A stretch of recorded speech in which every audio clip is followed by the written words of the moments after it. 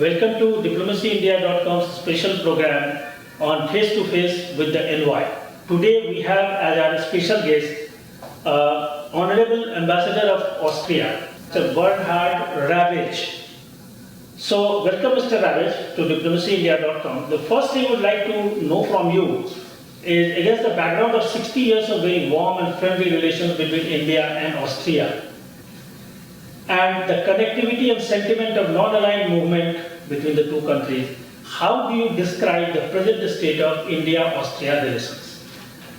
As you rightly pointed out, our relations go back a long time, and I always tell the story, which is little known in India, that Prime Minister Nehru was instrumental in the negotiations between Austria and the Allies about gaining full sovereignty and independence after the Second World War. He helped Austria a lot, and since then these warm relations have developed, and they are based on a very strong fundament of similarities in the outlook, what this world should look like. That brings me to the NAM connection. Like there was the group of non-aligned and neutral countries in the framework of the United Nations that has dissolved more or less because the similarities were very much determined by their view on the Cold War and on the confrontation between East and West. And we together didn't want to be part of that confrontation, or we didn't want to be the little players shifted around by the big powers. Now, today the global situation has changed.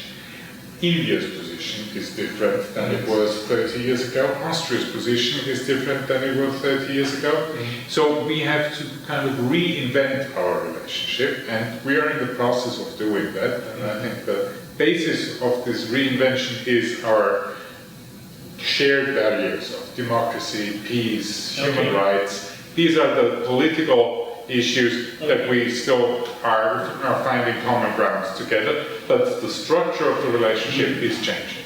Okay. So, Mr. Ambassador, very high-level visits and frequent exchange of visits at the political level have been taking place between Austria and India. Like Nehru visited Austria, Indira Gandhi visited Austria.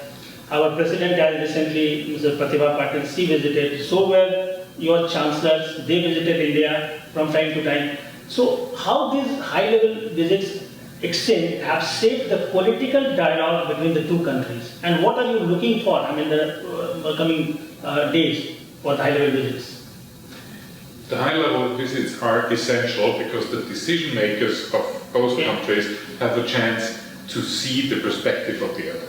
And it's we are all brilliantly educated and wonderfully clever people, but nothing replaces one-to-one, people-to-people contacts, like in understanding the real situation of a country, the real situation of a government. And in that vein, I hope that we will have several high-level visits in the coming year to give the possibility to our decision makers, to our political leaders, to learn more about India, to learn more about Austria.